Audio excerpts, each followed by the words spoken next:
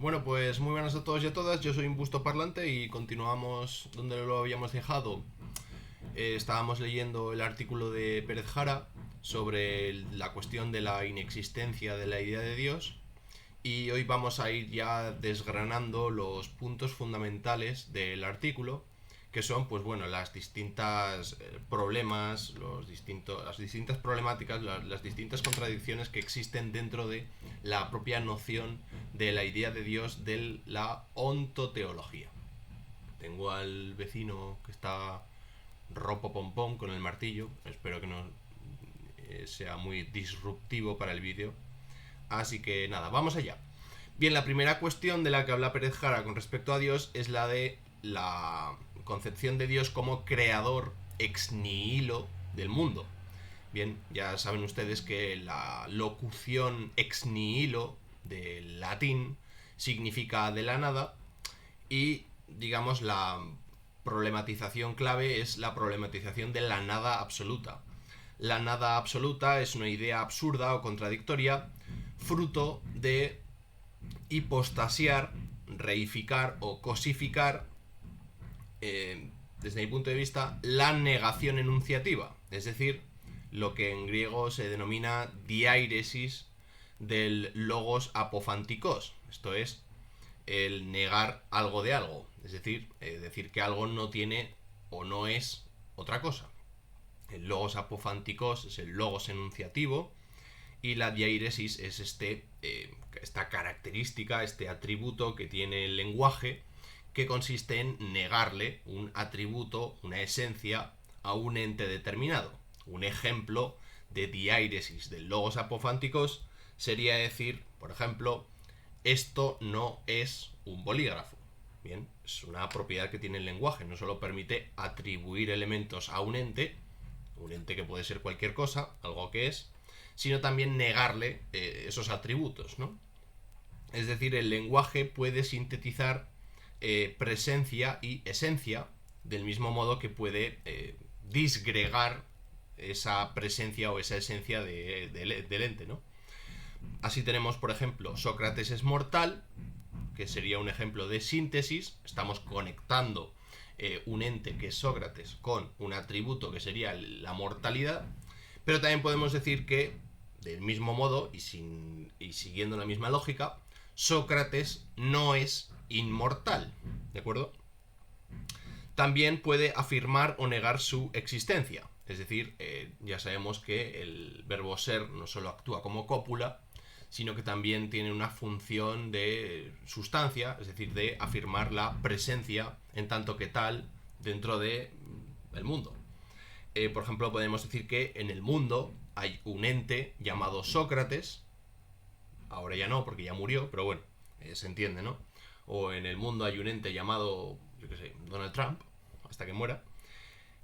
Pero también podemos decir que no hay en el mundo un ente llamado Cide Hamete Benengeli. Ya saben que Cide Hamete Benengeli es el autor del Quijote de Cervantes dentro de la propia obra. Digamos, es un recurso literario que utiliza Cervantes para decir que, bueno, en fin, los que hayan leído el Quijote ya saben de lo que estamos hablando, ¿no?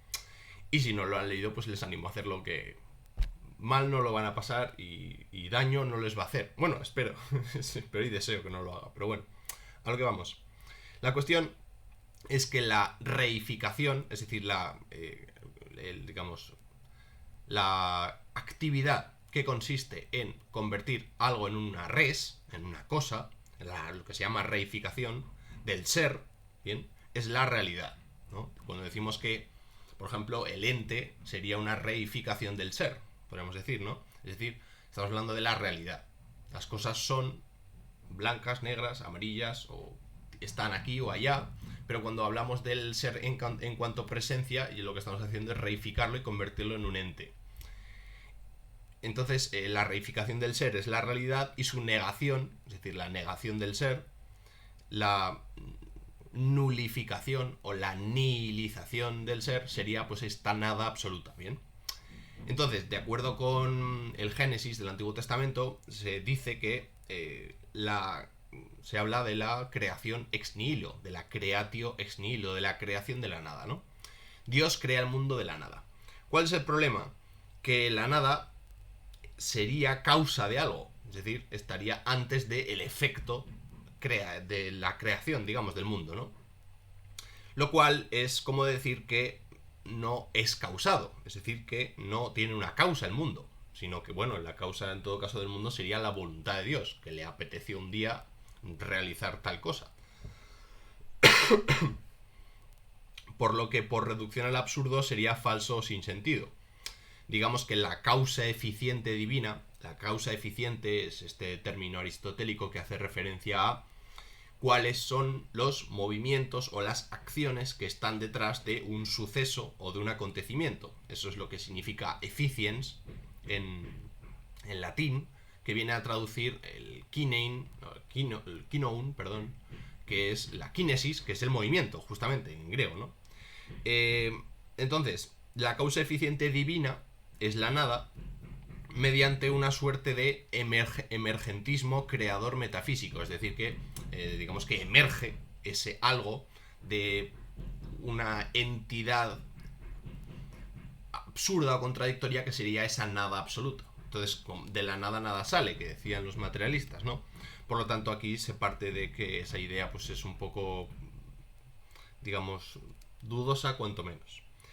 Entonces, desde el materialismo filosófico se habla del esquema de identidad como causa, digamos, que para poder obtener algo uno tiene que tener una entidad previa. Es decir, que no existe la creación ex nihilo, sino que lo que existe más bien son transformaciones del ente, o transformaciones del mundo, donde el mundo pues sería una suerte de materia eterna, podríamos decir, ¿no? Sí, claro, al final hay que abrazar la eternidad. Si no se contempla la creatio, pues la eternidad es la única vía alternativa. Bueno, y si hay más, pues estoy abierto a que ustedes me los comenten. Entonces, digamos que este esquema de identidad sería la causa, y la anamorfosis, es la transformación, la manipulación o la operación de algo, hasta que consigamos que se convierta o se transforme en otra cosa. Por ejemplo, una vaca pues pasa a ser un filete de ternera cuando pasa por las manos de un carnicero. Esto sería, pues, digamos, la idea del demiurgo platónico, en definitiva, ¿no? Digamos, de fondo, ontológicamente hablando, podríamos decir que es una idea que es paralela al demiurgo platónico del Timeo. Entonces, estamos de acuerdo que la física jonia de los presocráticos, de esa zona de Grecia antigua, ya desechó el creacionismo como una suposición de la concepción del mundo absurda, acogiéndose, como ya hemos comentado, a la idea de eternidad del cosmos.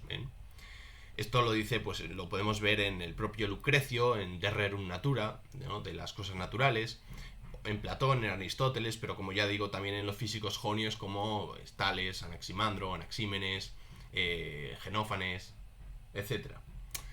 Bien, la tesis, una de las tesis, digamos, paralelas a la cuestión de la creatio ex nihilo, es la tesis de la continua creación de, por ejemplo, Berkeley, según la cual la creación no fue de un solo golpe. Digamos que la creación del mundo no se extiende temporalmente a esa primera semana de la cual se habla en el Génesis, sino que la mano de Dios, vamos a decir así, la mano de Dios, digamos, la operatividad divina dentro del mundo, ejerce una acción conservadora, es decir, está actuando constantemente para que el mundo, o lo que es, siga permaneciendo en el ser, siga manteniéndose en el tiempo, siga, como por decirlo en términos spinosianos, perseverando en su ser, ¿no? Ese conatus siga funcionando, porque, claro, en el fondo lo que estamos diciendo es que Dios es el ser, y en la medida en la que Dios es el ser dentro de la ontoteología, pues es aquello que permite que las cosas sigan siendo como son, o sigan siendo lo que son, o sean otra cosa, da igual, o sea, también se permite la transformación, pero el caso es que sigan siendo cosas, ¿no? Cosas, como ya digo, determinadas, que sigan siendo entes determinados, concebibles, pensables o incluso manipulables en otro grado de de materialidad o en otro grado ontológico o como quieran llamar. La cuestión es que lo que es el mundo o el mundo tal como es, vamos a decir, la morfología, digamos, el estudio de las formas del mundo, que es corpórea, digamos, el estudio de las formas corpóreas del mundo, depende del filtro perceptivo de los entes sintientes y de sus operaciones sobre él. Es decir, la forma del mundo depende del ente que está percibiéndolo o del ser que está percibiéndolo. Si no tuviésemos, digamos, la vista, el sentido de la vista, lo ente no se nos aparecería tal y como se nos aparece, aparecería de otra manera.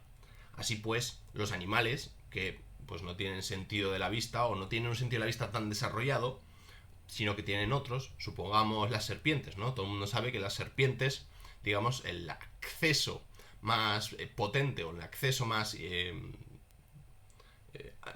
no adecuado, no, sino el acceso más fundamental que tienen al mundo es a través de la lengua. Entonces su percepción del mundo, digamos, la percepción de las formas del mundo corpóreo se le da a través de ese sentido y entonces se le da bajo la forma de ese sentido. También hay que tenerlo muy en cuenta, ¿no? Y también de las operaciones que nosotros ejercemos sobre el mundo. Nosotros damos forma al mundo. Por eso el mundo está lleno de entidades geométricas. Rectángulos, círculos o yo que sé, triángulos. O sea, esto cada vez que va uno por la ciudad se encuentra que la geometría está más presente que nunca bajo las formas de las construcciones humanas.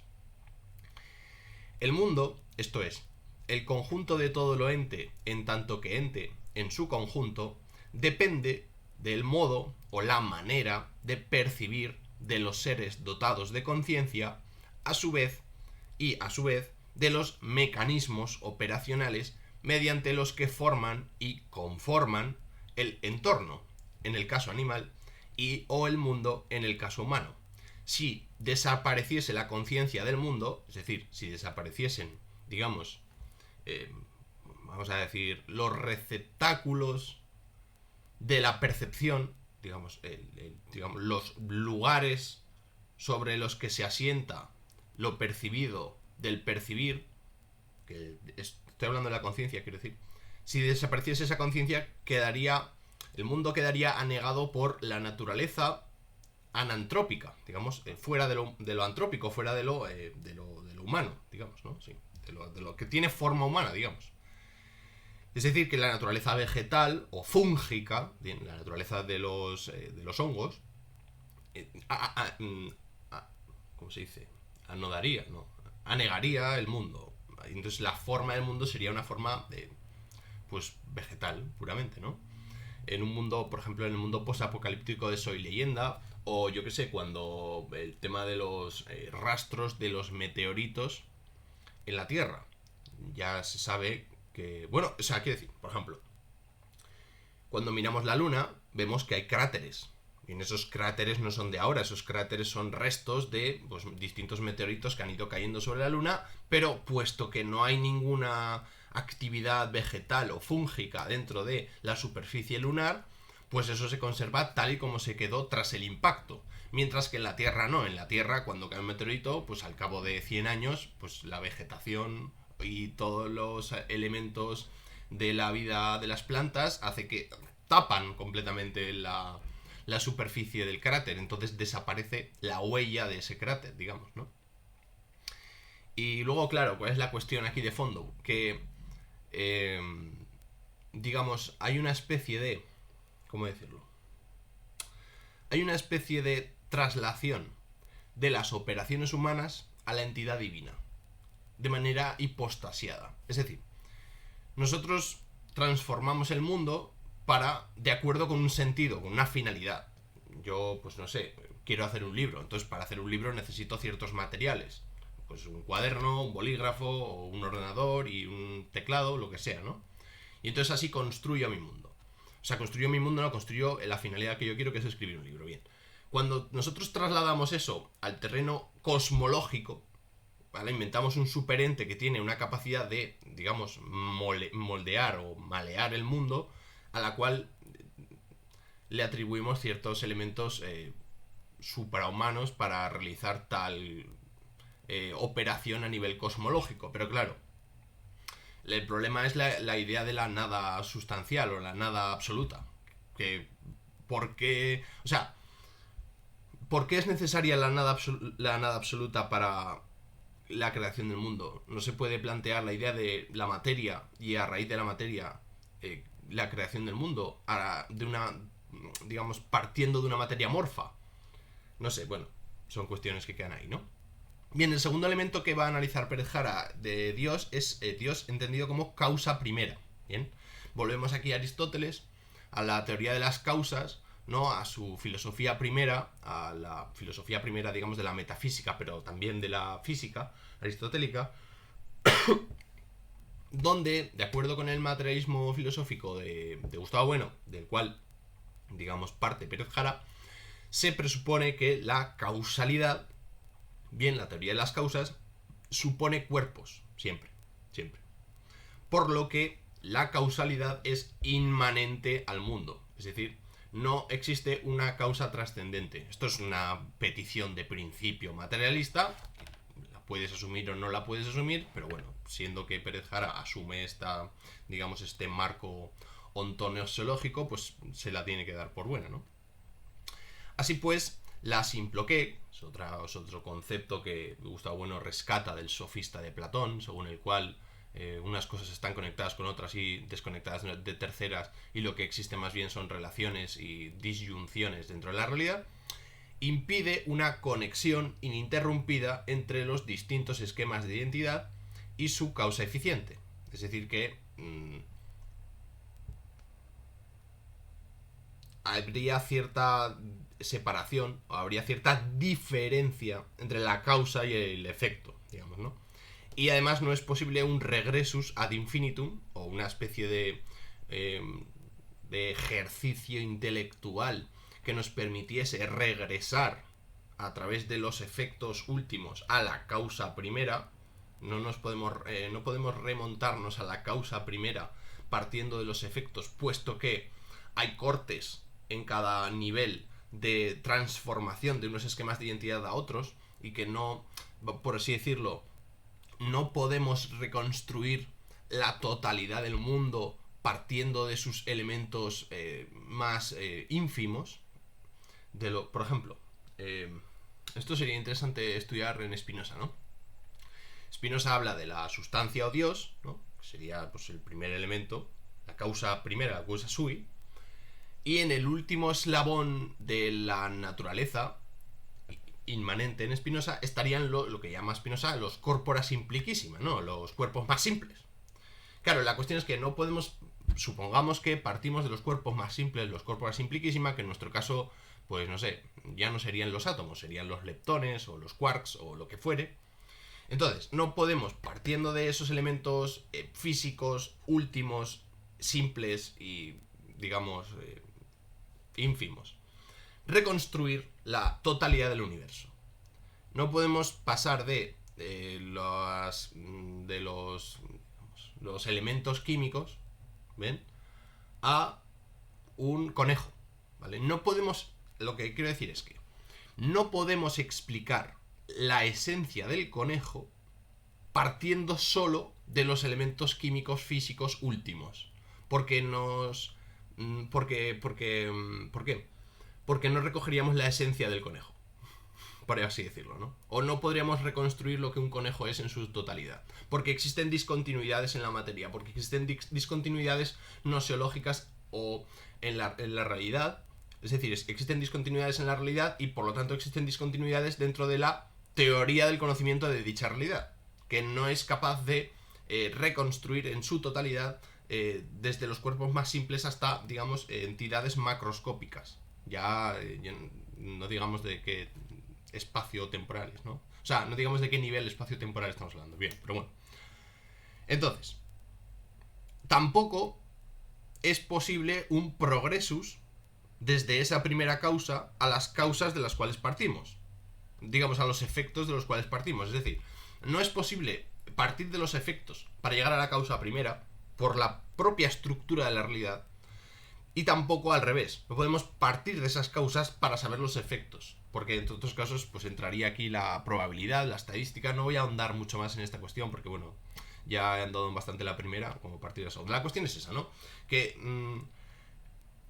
no hay un regresus a la causa, pero tampoco un progresus a los efectos, ¿vale? No es posible una reconstrucción cabal de las causas primeras a los efectos últimos presentes dados, y al revés tampoco. Es decir, no podemos partir de los efectos dados a la reconstrucción de las causas últimas, por lo que hemos hablado, por las discontinuidades de la realidad, ¿no? Y de la teoría del conocimiento de dicha realidad.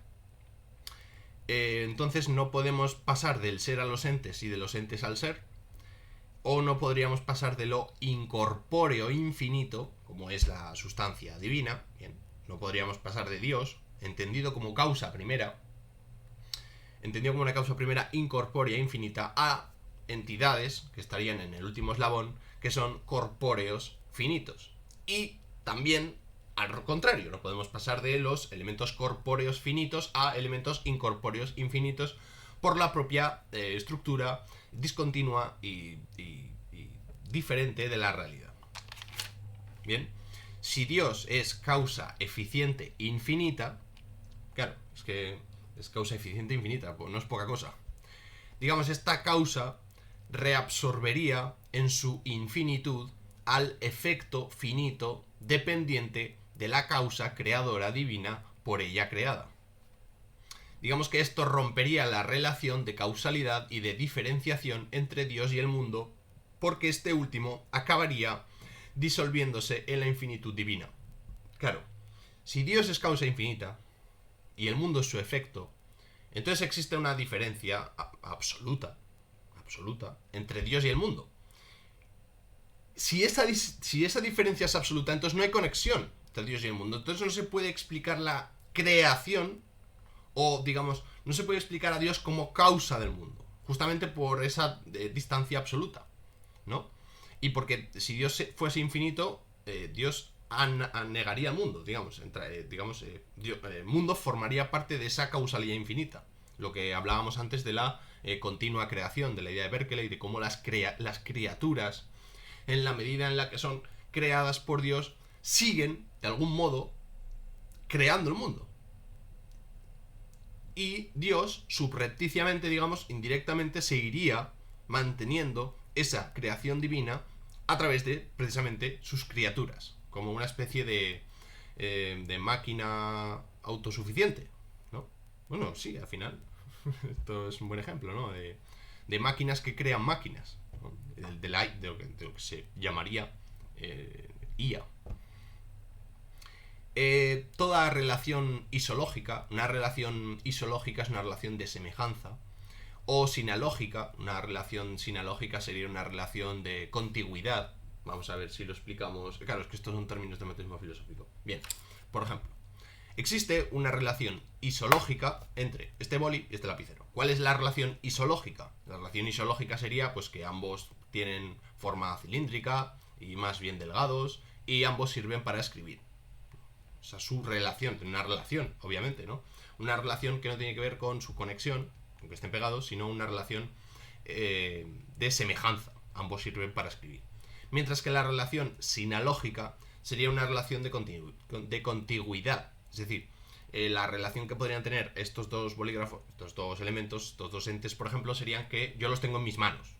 Entonces, claro, su relación es que uno está en mi mano y otro está en la otra, digamos, o que están juntos, digamos, en el estuche están relacionados porque ambos están juntos, contiguos. Bien, entonces, toda relación, todo tipo de relación, ya sea isológica, ya sea sinalógica, ha de ser entre términos finitos. Estos dos elementos son términos finitos, empiezan y acaban en un punto.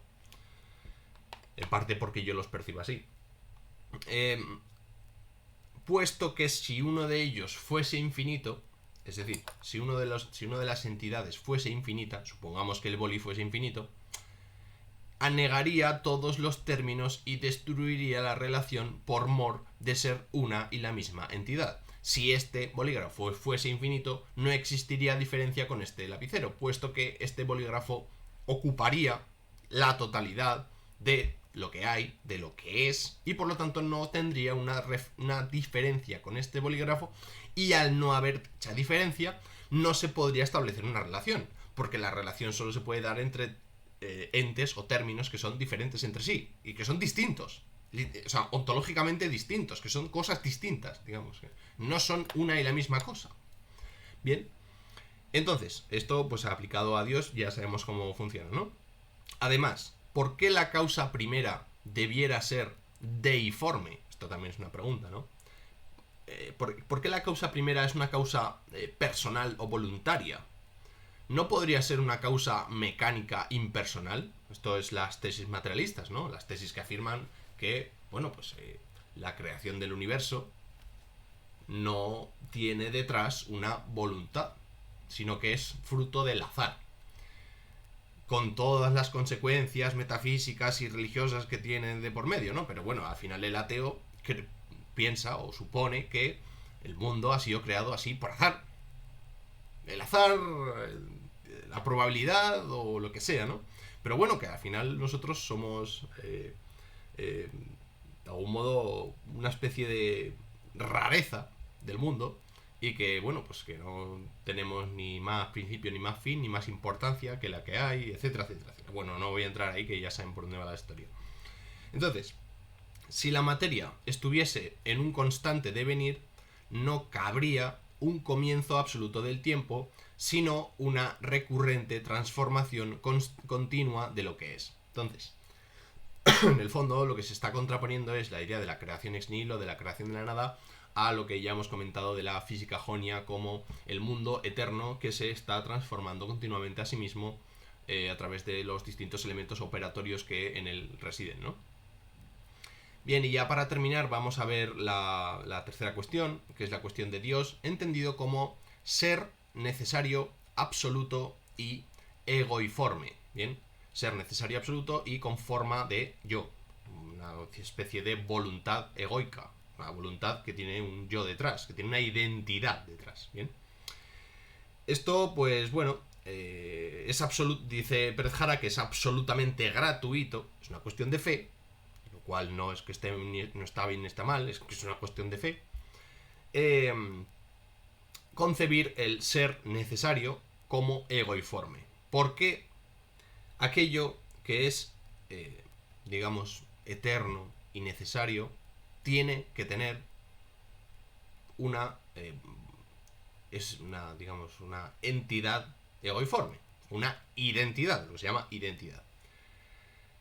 Y bueno, esto me recuerda otra vez a la concepción divina de los griegos, ¿no? Al final los griegos dejaron de entender la divinidad como las voluntades de los dioses, a entender la divinidad como la naturaleza, como la physis.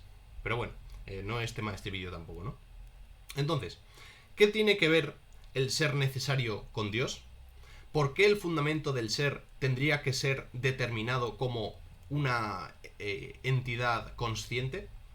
Bueno, a mí se me ocurre que la cuestión sería la segunda objeción a la existencia de Dios de la Suma Teológica, ¿no? De la primera parte de la Suma Teológica, capítulo segundo, artículo tercero, donde Santo Tomás de Aquino responde a las dos críticas más fundamentales y más potentes que existen a la existencia de Dios, como son la cuestión del mal y la cuestión de la necesidad, no de la no necesariedad del postulado de Dios para explicar lo que sucede en la naturaleza y en la sociedad. Bien, es decir, los sucesos o los fenómenos naturales se pueden explicar por sí mismos, por su propia idiosincrasia científica, ¿no? Llueve, ¿por qué llueve? Bueno, pues por el ciclo del agua. ¿Hay un terremoto? ¿Por qué hay un terremoto? Bueno, pues porque las placas tectónicas, patatín patatán, bien. Es decir, todo lo que sucede en el mundo natural tiene su explicación, tiene su causa dentro de ese propio campo, ¿sí? Bueno, supongo. Y a su vez, todo lo que sucede en la sociedad tiene su propia explicación sociológica, ¿bien? No, o sea, bueno, sí, todos los sucesos humanos tienen su causa dentro de elementos del propio campo, de elementos del propio, digamos, campo social, podríamos decir, ¿no? Y viceversa, también se puede explicar la sociedad a través de elementos naturales, como la biología, o pues también se puede explicar elementos naturales, como las epidemias, a través de pues, sucesos sociales, ¿bien? Entonces, la conciencia o la personalidad son figuras, son elementos del ente finito, ¿bien? Es decir, desde el punto de vista materialista podemos decir que, o se dice que, la conciencia, la personalidad o la identidad o digamos, la vida psíquica son características esenciales de los entes finitos, nosotros y los animales. Las plantas no sé si tienen vida psíquica. Bueno, no sé. Cada cual que piense lo que quiera, no sé. La cuestión es que, suponiendo que existiese un ser infinito, supongamos que existe un ente infinito, la conciencia o la personalidad o la identidad de dicho ser, del ser infinito, quedaría desdibujada, porque sale fuera de sus cauces. Digamos que desaparecería esta identidad al ser infinita, porque no sería capaz de absorberse a sí misma, porque una identidad es una especie de desdoblamiento de la propia estructura material dada. Bueno, no sé, me estoy aquí liando la manta a la cabeza. No. Sigamos, corramos un tupido velo. Yo no sé muy bien qué es lo que sucede en la conciencia, ni cómo sucede, ni por qué. Imaginaos como para encima pensarla en el más allá. Bien, en el más allá no, en entidades infinitas. Bien. Entonces, el ejemplo que pone Pérez Jara es el siguiente. Dice, siendo una circunferencia un ente y el radio su razón de medida, bien, tenemos una circunferencia y tenemos un radio, bien. Si el radio se hiciese infinito, la circunferencia desaparecería. Bien, la analogía que está planteando es la siguiente. Suponiendo que la circunferencia sea el ente finito y el radio su personalidad, su identidad, su volición, su vida psíquica, si esta circunferencia es infinita, el radio perdería el sentido, perdería la razón, perdería la longitud. Entonces, lo que está diciendo es que lo necesario, lo que es necesario, digamos, lo que sigue una cierta estructura lógica y siempre igual, de la misma manera, de algún modo lo necesario se define como aquello que es así y no puede ser de otra manera, está en el mundo. Por ejemplo, la relación entre la fuerza y el producto de la masa y la aceleración, aunque estos últimos sean contingentes. Es decir, que, por ejemplo, un ejemplo de una proposición necesaria sería F igual a M por A, ¿bien? Fuerza igual a masa por aceleración. Esto es una relación entre distintos elementos que siempre se mantiene intacta, al menos en el terreno de estudio de la mecánica clásica, porque ya sabemos que en la mecánica cuántica esta fórmula no funciona y no es necesaria. Pero bueno, yo creo que se entiende el ejemplo, ¿no? Entonces, la idea de Dios está vinculada a la idea de existencia absoluta, pero la existencia es originariamente coexistencia, ¿vale? Nada existe si no tiene algo con lo que existir, al menos desde el punto de vista materialista, por supuesto. Podemos decir que la realidad existe podemos decir que la realidad existe sin coexistir nada externo a ella, en la medida en que engloba a todo, y la realidad es la totalidad del ser, como límite dialéctico derivado de la coexistencia. Es decir, que se parte de la idea de una realidad como todo lo que es, puesto que los entes o los seres que están dentro de ese conjunto infinito, bueno, no, es un conjunto, bueno, infinito, la realidad depende desde qué punto se está viendo, ¿no? Claro, la materia ontológico general sí que sería infinita, pero la materia ontológico especial es finita, porque depende del ego trascendental, ¿no? En el materialismo filosófico. Bueno, en fin, lo que es... es que tampoco quiero complicar mucho el asunto. Y además, si quieren ustedes profundizar, pues tienen ahí el artículo, ¿no? Y bueno, toda la bibliografía del materialismo filosófico, que es gigantesca y eminente. Bueno, en fin, pues esto, lo dejamos por aquí. Continuaremos en el próximo vídeo. Así que nada, un saludo y hasta la próxima.